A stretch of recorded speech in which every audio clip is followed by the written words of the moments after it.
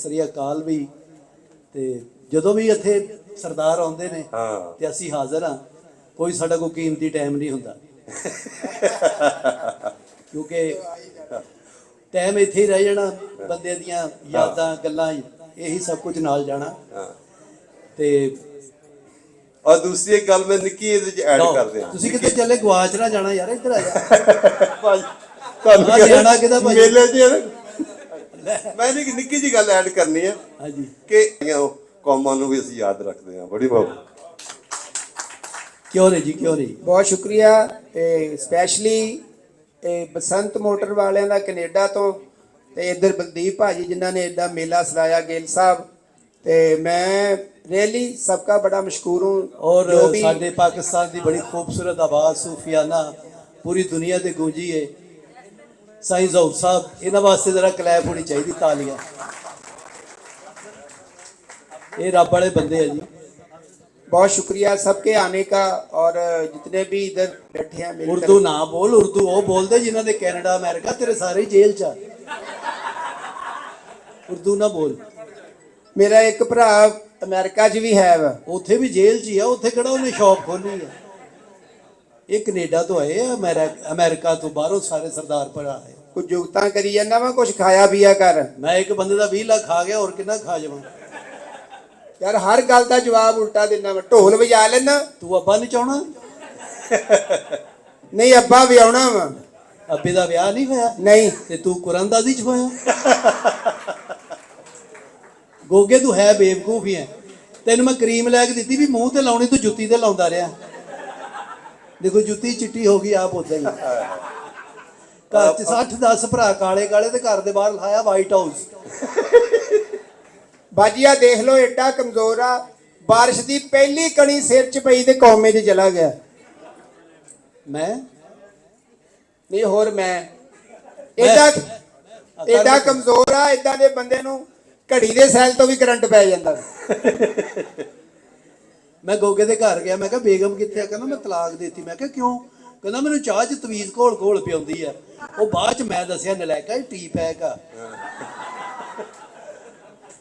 अच्छा जिन्नू मैं तलाक दी सी दोबारा विआही है कि घर ही बैठी उदों? बहुत अच्छे बेवकूफ आदमी आ। बोली वाली कमेटी ते गूंगे भरा नूं भेजता। ਉੱਥੇ ਬੈਠਾ ਕਰੀ ਤੇ ਕਮੇਟੀ ਹੋਰ ਚੁੱਕ ਕੇ ਲੈ ਗਿਆ।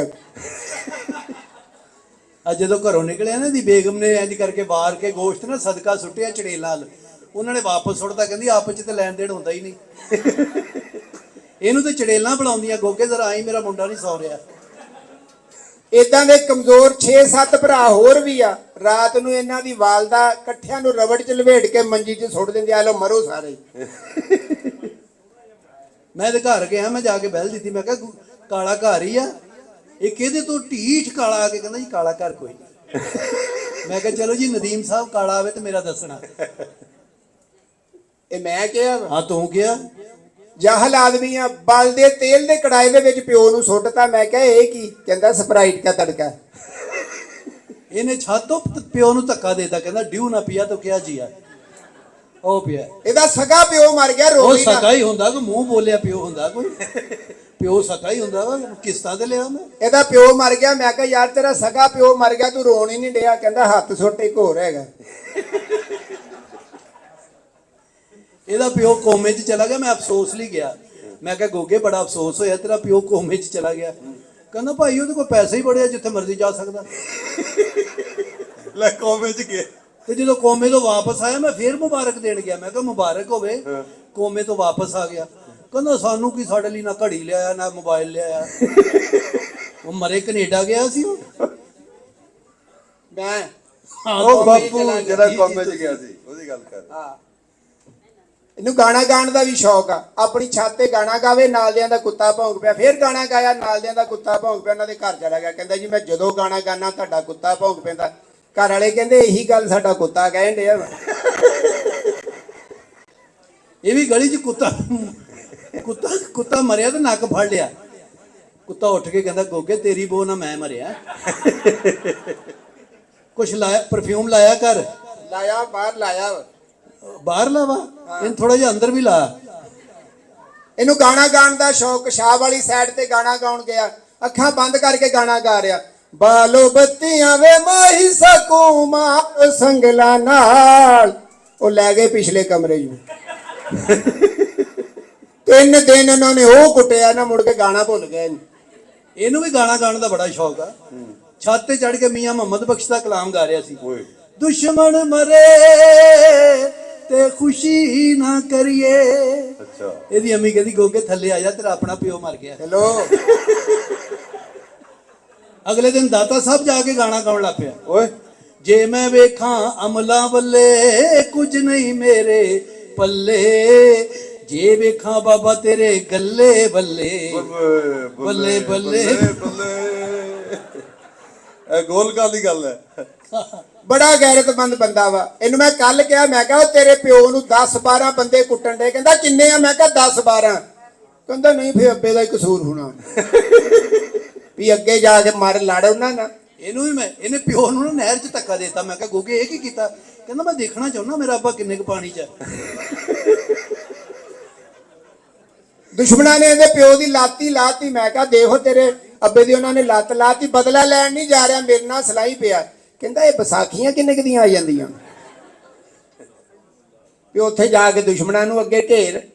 ਇਹ ਮੈਂ ਕਿਹਾ ਵਾ? ਨਹੀਂ, ਹੋਰ ਤੇਰੀ ਲਾਸ਼ ਨੇ ਕਿਹਾ। ਬਹੁਤ ਅੱਛੇ। ਇਹਨੂੰ ਵੇਖਣ ਆਏ ਨੇ। ਇਹਦੀ ਮਾਂ ਕਹਿੰਦੀ ਮੁੰਡਾ ਦੇਖ ਲਿਆ। ਉਹ ਕਹਿੰਦੇ ਭੈਣਾ ਮੁੰਡਾ ਵਿਖਾ, ਤੂੰ ਚੁੱਲ੍ਹਾ ਵਿਖਾਉਂਦਾ ਹੀ।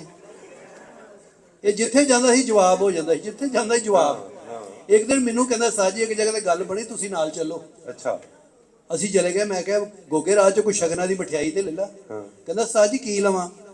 ਮੈਂ ਤਾਂ ਮੂੰਹ ਵੇਖ ਕੇ ਮੈਂ ਕਿਹਾ 2 ਕਿਲੋ ਜਵਾਬ ਜਾਮਨ ਲੈ ਲਾ। ਹੈਲੋ, ਉਹਨਾਂ ਦੇ ਜਵਾਬ ਹੀ ਆ। ਜਵਾਬ ਜਾਮਣ। ਖਾਲੀ ਬੱਸ ਦੇ ਵਿੱਚ ਔਰ ਮੰਗ ਇੱਕ ਲਿਆ। ਜਗ੍ਹਾ ਤੇ ਇਹਦਾ ਰਿਸ਼ਤਾ ਪੱਕਾ ਹੋ ਗਿਆ। ਅੱਛਾ ਅੱਛਾ। ਕੁੜੀ ਵਾਲੇ ਕਹਿੰਦੇ ਸਾਡੀ ਸ਼ਰਤ ਆ। ਮੈਂ ਕਿਹਾ ਜੀ ਉਹ ਕੀ? ਕਹਿੰਦੇ ਵਿਆਹ ਵਾਲੇ ਦਿਨ ਮੁੰਡਾ ਨਹੀਂ ਆਏਗਾ। ਮੁੰਡਾ ਨਹੀਂ ਆਏਗਾ ਵਿਆਹ। ਇਹਦਾ ਫਿਰ ਵਿਆਹ ਹੋਇਆ, ਮਾਨਾ ਉੱਥੇ ਉਹ ਸ਼ੁਗਰ ਲੱਗਾ। ਹਾਂ। ਇੱਧਰ ਤੇ ਦੁੱਧ ਪਿਆਈ ਹੁੰਦੀ ਨਾ ਆਪਣੇ, ਇਹਨੂੰ ਨਗਦ ਹੀ ਦੇ ਤੇ ਕਹਿੰਦੇ ਉੱਥੋਂ ਪੀਆ। ਆ ਜੁੱਤੀ ਲਕਾਈ ਹੁੰਦੀ ਨਾ, ਇੱਧਰ ਜੁੱਤੀ ਚਲਾਈ ਹੋਈ ਸੀ। ਹੈਲੋ, ਬਹੁਤ ਅੱਛੇ। ਲਾੜੇ ਨੂੰ ਤੇਲ ਲਾਉਂਦੇ ਨਾ, ਇਹਨੂੰ ਗਰੀਸ ਲਾਈ ਸੀ ਉਹਨਾਂ। ਹਾਏ ਹਾਏ। ਉਹ ਵਟਣਾ ਨਹੀਂ ਜਿਹੜਾ ਹੁੰਦਾ, ਹਾਂ ਹਾਂ। ਉਹ ਤੇ ਆਮ ਲਾੜਿਆਂ ਨੂੰ ਵਟਣਾ ਹੁੰਦਾ ਨਾ। ਹਾਂ। ਇਹਨੂੰ 3 ਦਿਨ ਪਹਿਲਾਂ ਹੀ ਤੇਜ਼ਾਬ 'ਚ ਸੁੱਟਤਾ ਸੀ ਉਹਨਾਂ ਨੇ। ਉਹ ਮੇਰੇ ਖਰੇ ਕਿਹੜੇ ਵੇਲੇ ਰੂਪ ਚੜ ਜਾਏ। ਓਏ ਹੋਏ। ਇਹ ਤੇ ਰੂਪ ਨਹੀਂ ਚੜਿਆ, ਤੇ ਪਿਓ ਦੇ ਕਰਜ਼ਾ ਹੀ ਚੜ ਗਿਆ। ਕਰਜ਼ਾ ਛੜ ਗਿਆ, ਬਹੁਤ ਪੈਸਾ ਲੱਗ ਮੈਂ ਕਿਹਾ ਗਿਆ। ਸਾਹਰ ਸਾਹਿਬ, ਹਾਂਜੀ। ਇਹਨੂੰ ਜਨਾਜ਼ੇ ਤੋਂ ਛਿੱਤਰ ਪਏ। ਅੱਛਾ। ਜਨਾਜ਼ਾ ਜਾ ਰਿਹਾ ਤੇ ਮੰਜੀ ਨਾਲ ਲਮਕ ਗਿਆ। ਕਹਿੰਦਾ ਮੈਨੂੰ ਅਗਲੇ ਚੌਕ ਚ ਲਾ ਦਿਓ। ਲੈ।